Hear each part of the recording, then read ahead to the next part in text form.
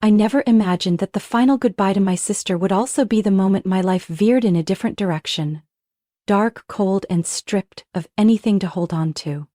My sister Amanda's funeral was held at a small church on the outskirts of Charleston. That March was unusually cold. The wind wasn't strong enough to knock petals from the trees, but it was sharp enough to make your skin sting, like it was being torn apart by grief that had no name. Amanda passed after 9 months of battling ovarian cancer. I had been by her side through every round of chemo, every time she vomited from exhaustion. Every night she cried in pain but still managed to sing her baby to sleep. And him? The man I once believed was my forever. Only helped out when it was convenient, or so I thought. Until he whispered something in my ear right beside her grave. Amid the sobs and final farewells, as the priest read the closing lines of prayer, my husband wrapped his arm around my shoulder and pulled me close. From the outside, anyone would think we were grieving together. But only I heard what he said. She was the true love of my life, Rose. And she gave me a child. Something you never could. My whole body went numb. The blood in my veins turned to ice, not from the weather, but from those words. Each one a dagger straight to my heart. I didn't turn around. I didn't scream. I didn't push him away. I just stood there, frozen, watching the casket lower into the earth, burying what was left of my soul. Lucas didn't know that 3 months earlier, I had seen his messages with Amanda. One night, while he was in the shower, a preview flashed on his phone screen.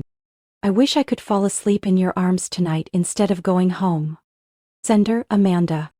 I wanted to believe I'd misread it, that Amanda was just vulnerable and Lucas was simply a comfort, but then more messages appeared, raw and undeniable. Lucas had loved my sister. And now, just as I dropped the first handful of soil to say goodbye to her, he planted another knife in my ear. Deep enough not to kill, but cruel enough to make breathing impossible. I looked down at Gabriel, the 19-month-old boy being held behind me. He was wailing, his tiny hands reaching wildly for his mother's scent. I had believed he was Daniel's son, Amanda's boyfriend who had been caring for her through the final months. But now I knew, maybe he wasn't. Lucas gently squeezed my waist as if comforting his wife during a time of sorrow. He had no idea I knew everything. I tilted my head slightly, forcing a faint smile onto my lips, the smile of a woman who had reached rock bottom but somehow managed to grab hold of the last rope. That afternoon, after the funeral, I stood in Amanda's kitchen, the same kitchen I used to wipe down cabinet by cabinet when she was too exhausted from chemo. The cracks in the granite were still there. The faded cereal stains Gabriel had spilled were still untouched. But there was no soft laughter as I brewed tea, no sound of Gabriel crawling across the hardwood floor, saying "Mama" like a lullaby left unfinished. Lucas walked in, placing a plastic container of leftover sandwiches on the counter. He exhaled heavily, pretending to be worn out. "Are you going home tomorrow?" he asked, his voice light, as if he hadn't whispered betrayal into my ear just hours earlier. "There's still a lot to sort through. Gabriel needs someone. Daniel's probably exhausted too." Lucas didn't say anything else. He opened the fridge, grabbed a soda, and leaned against the counter. He felt like a stranger wearing my husband's skin. The familiar face I once clung to after long hospital shifts now looked like a perfectly crafted mask. I remembered the nights Amanda vomited violently after chemo. I'd sit behind her, rubbing her back with trembling hands, helpless. Lucas would offer to watch Gabriel. "So you can rest a bit," he said. I had been touched. Now it all played back like a tightly written script. Every time he brought diapers, made formula, strolled with Amanda and the baby in the backyard, I thought I had a husband who loved my sister like family. Turns out, I'd been watching a man play the role of silent father. Gabrielle, a 1.5 years old, was now sleeping peacefully in the living room, clutching the stuffed tiger Lucas had bought from Target last week. "I think he knows," Lucas had said when Gabrielle reached for him. "He can feel who his dad is." I nearly threw up when I heard that. Daniel, Amanda's official boyfriend, truly believed Gabriel was his son. He wasn't handsome like Lucas, didn't have a high-paying job or a fancy house, But Daniel had something Lucas never would: unconditional love. He had helped me take Amanda to her treatments, carried Gabriel through sleepless nights, learned fatherhood with his whole heart, and now I faced a freezing possibility. Daniel was raising the child of the man who shattered both our families. That night, after everyone had left Amanda's house, I wandered through each room like a ghost. Her scent was still everywhere: lavender shampoo, warm oatmeal, the comforting presence of the woman I once believed was my anchor in life. And then, as if something pulled me, I stepped into the master bedroom. The bedding was neatly folded. A framed photo of Amanda holding Gabriel sat carefully on the dresser. But in the second drawer, beneath hospital papers, I found a small wooden box. Inside were letters. No envelopes, no recipient names, just Amanda's handwriting. Like diary entries to someone she could never name out loud. "Lucas, if I don't make it, I just hope you won't leave Gabriel. You said I was the light at the end of the tunnel, but why do you still hold her when you go home?" I had to sit on the floor to keep from collapsing. The shaky handwriting confirmed what I'd known, but kept lying to myself about every night. Amanda and Lucas had shared something unforgivable. I heard Gabriel softly call in his sleep, "Mama." The pain wasn't a stab anymore. It was 1,000 needles, slowly sinking in. Lucas had slept with my sister. He let me care for the woman he loved while playing the devoted husband. He let me believe I was infertile, while his child slept peacefully in my dead sister's home. I closed the box and placed it gently back in the drawer. From that moment on, I knew I could no longer stand on the sidelines. I would uncover the truth, all of it, about Gabriel and everything buried beneath the moral facade Lucas had carefully built. I used to think Amanda was the one I needed to protect, but not anymore. Now, I had to protect myself. And the child, the one who deserved to grow up surrounded by truth. I woke up Monday morning with a single purpose in mind: to know the truth. There was no more room for guessing, no more space for a vague hope that maybe it had all been a misunderstanding. Amanda was gone. But Gabriel, the poor boy, sleeping in the next room, deserved to know who he really was. I couldn't let someone like Lucas deceive another child. When Lucas left Amanda's house to return to the city for some client files, I started moving. I didn't say anything to Daniel. He still believed I was just helping him sort out Amanda's financial matters, and I needed everything to feel natural. I went to the bathroom where Amanda used to keep Gabriel's things and quietly took his tiny toothbrush. A few soft bristles and a smear of strawberry toothpaste were still visible. Then I went to Lucas's travel kit, his usual shaving bag for business trips. In the bottom drawer, I found an old razor blade he'd left behind. I carefully sealed both samples in plastic bags, labeled them with the date and time like a seasoned nurse. I'd worked in the ER for nearly 8 years. Collecting samples wasn't new to me, but this time, my hands trembled. 3 days later, I drove to a neighboring town, to a private clinic that specialized in paternity testing. I used a fake name and paid in cash. The receptionist eyed me suspiciously, but didn't ask many questions. I simply said, "I need to know if my husband is really the father of this child." The answer arrived exactly 1 week later. I opened the envelope in my car, parked behind a small strip mall on the edge of town. I read it 3 times before I fully grasped the meaning of each line. The scientific language was clinical, but the conclusion was crystal clear and chilling. Lucas was not Gabriel's biological father. I slumped back in the driver's seat. Outside, the sun was beginning to set. Inside me, everything collapsed and rebuilt itself at once. Lucas had been so certain, confident enough to whisper his delusion beside my sister's grave. Turns out, he had been living in a fantasy too. If Lucas wasn't the father, then who? The only person who had consistently been by Amanda's side throughout her pregnancy was Daniel. I decided I needed to speak with him, but I couldn't just drop it on him. Not on a man who had just lost the woman he loved and was raising a child he thought was adopted. That evening, I invited Daniel over for dinner. We sat at the small table by the window, the one where Amanda used to sit and paint when she was still well. Gabriel lay in his bassinet nearby, occasionally reaching for the dangling toy above him. I need to talk to you seriously, I began, placing the envelope on the table. Daniel stopped mid-bite. His face turned pale. Did I do something wrong? He asked, unsure. I shook my head. I just want you to be honest with me before I open this. He glanced at the envelope, then at me. What is that? A DNA test. Between Lucas and Gabrielle. Daniel closed his eyes and exhaled sharply. And? I want to hear the story from you first. A heavy silence settled between us. Finally, he set down his chopsticks. Amanda and we were close for a while before she officially called me her boyfriend. I stayed quiet. At first it was just helping out. She was tired, scared. Then one night, we got close. But afterward, she pulled away.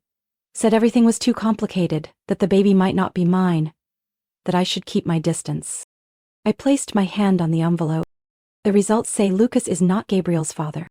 He looked down, lips pressed into a thin line as if the truth had knocked the air out of him. His eyes flickered like someone teetering on the edge between hope and dread.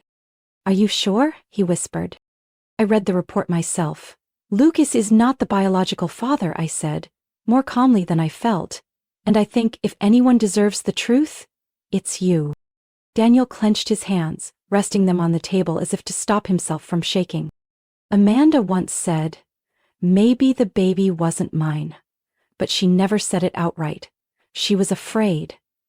Afraid people would think she was using me. I looked into his eyes.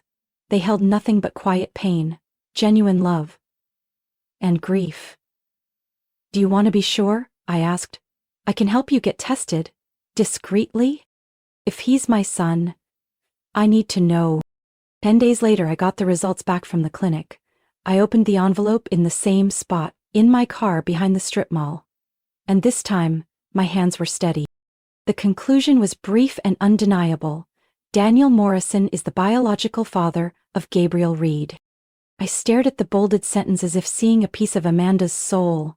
My sister, who was gone but had left behind secrets far bigger than I'd imagined. I met Daniel at a quiet cafe near the lake where he often took Gabriel for walks. When I handed him the envelope, he opened it with trembling hands. A minute later, Daniel was in tears. He's my son, he whispered. Words felt unnecessary. I just rested my hand on his shoulder. No words felt appropriate in that moment. It was the kind of happiness that came wrapped in loss. A gift and a wound. What do you think I should do? He asked. My eyes lingered on him for a moment, then drifted toward the lake, where the water barely moved. Gabriel's second birthday is coming up. We'll throw a party. And I'll tell the truth. Daniel turned to me, eyes wide. In front of everyone? Lucas needs to be forced to face reality. And Gabriel, he deserves to grow up in honesty. Daniel hesitated. I don't want Gabriel to get hurt. Then all the more reason for you to stand beside him as his real father. I spent the entire week preparing for the birthday party. A small, intimate gathering, but enough to include everyone who had ever been a part of Gabriel's life. Family, Amanda's friends, close neighbors, even the parish's senior pastor, and yes, Lucas. Lucas suspected nothing. On the contrary, he seemed enthusiastic that I had taken the initiative to organize the event. He thought I was healing after the funeral, slowly accepting the loss. He had no idea that every invitation I sent carried a hidden message, come witness the truth. The party was held in Amanda's backyard. Gentle sunlight streamed through the trees, balloons floated in the breeze, and a train-shaped birthday cake sat in the center of a long table draped in white cloth. Gabriel wore a little navy mule suit, his hair neatly combed, eyes lighting up whenever someone called his name. Lucas, as always, played the role of the perfect man, carrying Gabriel around to greet guests, smiling, even shedding a few tears during the pastor's blessing. I stood in a corner, watching him perform, counting each heartbeat in my chest. At exactly 3 p.m., as everyone gathered around the cake, I stepped forward and gently tapped a glass. Thank you all for coming to celebrate Gabriel, I began. Today is not just a child's birthday, it's also the day a truth is revealed. Guests began exchanging glances. Lucas frowned. Daniel stood still, holding Gabriel in his arms. I walked over to the table and picked up a stack of white envelopes. Each one had the name of a guest written on it. I handed them out, one by one. Inside each envelope is a story I believe every one of you has the right to know. The truth about Gabriel, about love, about betrayal. Lucas stepped forward, whispering urgently, "Rose, what are you doing?" Bringing the truth into the light. I turned back to the crowd. Gabriel is Amanda's son, but the man many of you assume to be his father is not. I turned toward Daniel, locking eyes with him. Please meet the biological father of Gabrielle, Daniel Morrison, the man who cared for Amanda until her final days, the man who loved this child with his whole heart, even when he didn't know they shared blood. Gasps rippled through the crowd. A few people covered their mouths. The pastor lowered his glasses. Lucas didn't move. His face drained of color, like someone had pulled the floor out from under him. I turned to him, my voice low and firm. You whispered at my sister's grave that she gave you a child, but you were wrong, Lucas. What you had was a lie. This is fake. You're making this up. You're spiraling from grief and now you're dragging everyone into your twisted fantasy. Lucas shouted, his voice hoarse from fear and rage. He snatched an envelope from a guest's hand and ripped the document inside, trembling. Who did this for you? Who's behind this? He yelled, pointing at Daniel, who held Gabriel close, protectively, as if he were the threat. Daniel simply shook his head. I didn't need anyone, Lucas. I have the truth. People around us slowly backed away, putting distance between themselves and Lucas like avoiding a bomb about to go off. Their eyes were no longer curious, they were disgusted. The pastor, who had performed our wedding 7 years earlier, stood and gently placed a hand on my shoulder. He gave a quiet nod. I understood. We had won. At least the first battle. But I knew this wouldn't be Lucas's downfall. Yet. He was the kind of man who would claw his way back, and I couldn't allow it. That evening, after everyone had left, I stood alone in Amanda's backyard, staring at the balloons still clinging to the fence and the pile of unopened gifts. Lucas had stormed off after the confrontation. Without a word, Daniel approached, holding a mug of hot tea. What will you do next? He asked. I stared at Amanda's darkened house. Once, Lucas's second home, his false kingdom. It's not over. I need proof. The kind that can't be denied. Daniel was quiet for a moment. You think he's hiding more? He didn't just betray me and my sister, he took advantage of Amanda's illness. Daniel's brow furrowed. What do you mean? He managed part of Amanda's finances when she was too weak to handle paperwork. Legally, I was her designated guardian, but Lucas, I trusted him so much I let him manage a few payments. Looking back, too much of it doesn't add up. Daniel gripped his mug. So, what's your plan? I didn't answer right away. I had been thinking about one name for a long time. Someone Lucas betrayed even before me, but who never had the courage to speak up. David Clark. 2 weeks later, I tracked him down at a construction site on the outskirts of Columbia. Rumor had it David was working as a site supervisor. He'd once been Lucas's partner in a real estate project 3 years ago. Lucas had taken full credit. David had invested time and money. When the project failed, Lucas walked away clean. David lost his house, his marriage, and his reputation. I found him in a temporary office container, sipping coffee in a faded safety vest. Mr. Clark? I called. He looked up, eyes wary. Who are you? Rose Walsh, soon-to-be ex-wife of Lucas Jensen. The name made him sigh. He set down his mug. What do you want? I want to take him down, and I think we can do it together. We talked for nearly an hour. At first, David didn't believe me, probably because he'd been burned by Lucas too many times. But when I showed him Amanda's old bank records and pointed to the secondary account Lucas had accessed, his eyes changed. He did the same thing to me. Pulled money from project payments and used legal tricks to erase the trail. By the time I realized, it was too late. I'm not asking you for revenge. I just want your help gathering evidence. David gave a bitter laugh. I still have the emails, the contracts, even the texts where he threatened to sue if I ever spoke up. I have full access to Amanda's financial records. I can trace the withdrawals he made from her treatment fund transferred into an investment wallet under another name. Two people, once manipulated by the same man, now shared one goal. In the weeks that followed, David and I secretly collected proof. I tracked the suspicious transactions Lucas made during Amanda's treatment. David provided a detailed history of illegal financial activity tied to their failed project, including screenshots of emails and testimony from a former accountant who once worked under Lucas. The final piece came from somewhere I never expected: Amanda's family attorney, Mr. Raymond Beckett. While revisiting the inheritance documents, I discovered a copy of a contract Lucas had pressured Amanda into signing while she was hospitalized. It granted him full temporary asset management support. An innocuous-sounding phrase, but enough to conceal the diversion of funds from her insurance account. Just like how Lucas once destroyed David with a single planted article, I knew I had to use his own weapon against him. I booked the cabin, same spot you loved, near the waterfall. I think we should give it another try, start fresh. Lucas smiled as he handed me the reservation confirmation. I pretended to be touched, my hand trembling slightly as I took the paper. The trip date matched our wedding anniversary. 7 years ago, in that same place, I had believed I was the happiest woman alive. This time, I brought more than clothes. In my suitcase was a hard drive containing all the documents David Clark and I had gathered over the past 3 months, along with a detailed report ready to send to the authorities. We left on Friday. Lucas had no idea I'd changed. In his eyes, I was still the fragile wife, softened by his belated affection. The lakeside cabin was peaceful, cozy.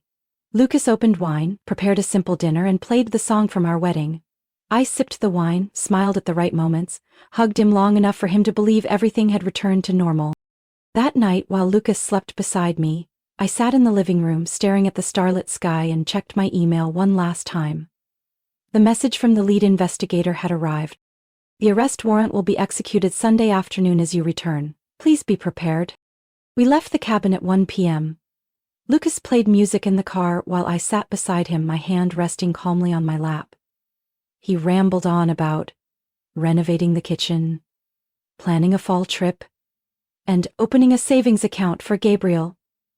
Plans that would never come true. As the car turned onto the main street, I spotted the police cruisers already waiting near the house. Lucas started swearing when he saw 3 officers approaching. One of them was Detective Garner, the lead investigator on the case. "Mr. Lucas Jensen?" Lucas frowned. "That's me. What's going on?" "We have a warrant for your arrest on charges of financial fraud, embezzlement, money laundering, and falsifying bank records." "What? What the hell is this, Rose?" I stepped back, hand still resting on my purse strap, eyes steady on his panicked face. "Call a lawyer," I said quietly. "Because I'm not." The calls didn't stop. Neither did the texts or emails. But I let them all go unanswered. Every missed call was a silent rejection. Every deleted message, a quiet end. Lucas's attorney contacted me asking me to co-sign his bail. "All you need to do is sign the house as collateral," he said, professionally cold. I smiled. "The house is in my name, and I'm not bailing out a man who lied to his wife and his dying sister-in-law." Lucas was held in the Charleston County Jail awaiting trial. 3 months later, the trial concluded. With the evidence David and I provided, the jury found him guilty on all counts. Lucas was sentenced to 7 years in prison without parole and ordered to pay restitution to Amanda's family and to David. I didn't cry when the verdict was read. Not because I was heartless, but because I had already cried enough. I moved into Amanda's house permanently. The old house became something new. Peaceful, organized, free of deception. I transformed her sewing room into a small studio, where I started painting again, for the first time in nearly a decade since I abandoned my dream of art. In the backyard, I planted sunflowers, lavender, and white daisies. Gabriel loved watering them. Every time he laughed, I saw a part of Amanda still alive in those hazel eyes. Daniel and Gabrielle visited every weekend. We didn't talk about the future, we didn't rush to label, shared dinners, we were simply there. For Gabrielle. For what had risen from the wreckage. Eventually, I began volunteering at a center for women who had experienced financial and emotional abuse. I told them my story about betrayal, control, and how easy it was to be made to believe your worth depended on submission.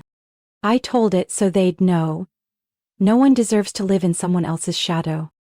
Gabriel is now 4 years old. He has dark brown hair and warm hazel eyes, just like Amanda. Every time he smiles, my throat tightens, because that light still lives on, even though Amanda is no longer here.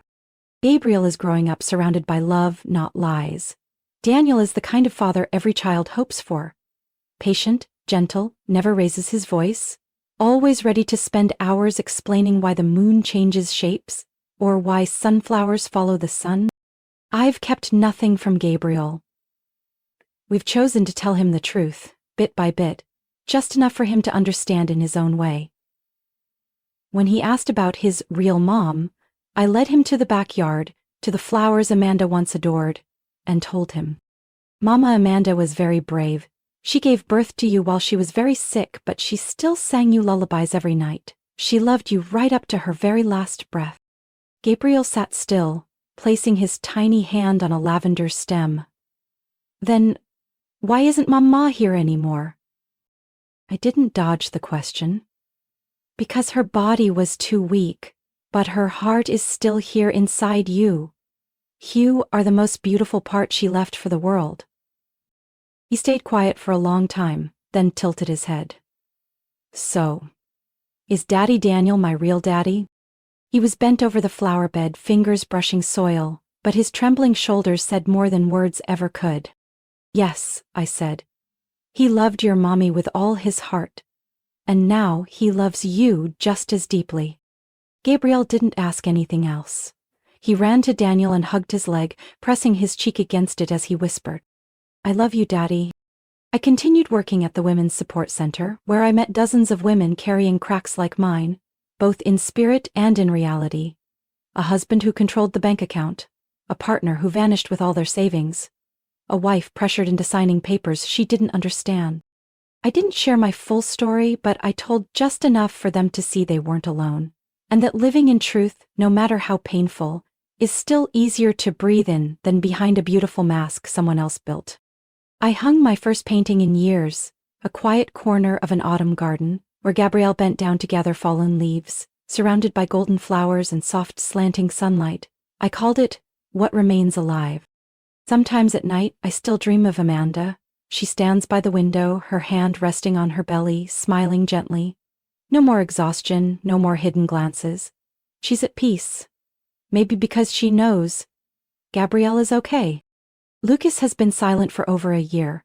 His lawyer sent a few letters proposing to revisit the divorce terms, the asset division, the idea of co-parenting for Gabriel. I never responded. Gabriel doesn't need Lucas. He's not missing anything. Someone once asked me, don't you regret it? If you had left it alone, Gabriel would have grown up happy, never knowing. I simply shook my head.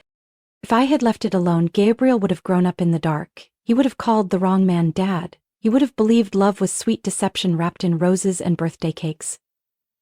And by the time he learned the truth, the fall would be too deep to recover from. The truth is the only thing that can protect a child's future. I have no regrets. On Gabriel's 5th birthday, Daniel planned a small picnic at the park near our home. Gabriel got a green bicycle with a red ribbon, chocolate cupcakes, and a little album I made, filled with photos of Amanda holding him, Daniel teaching him to ride, and the painting What Remains Alive. You know, I said as he climbed onto the bike, you carry all the best parts of your mom and dad.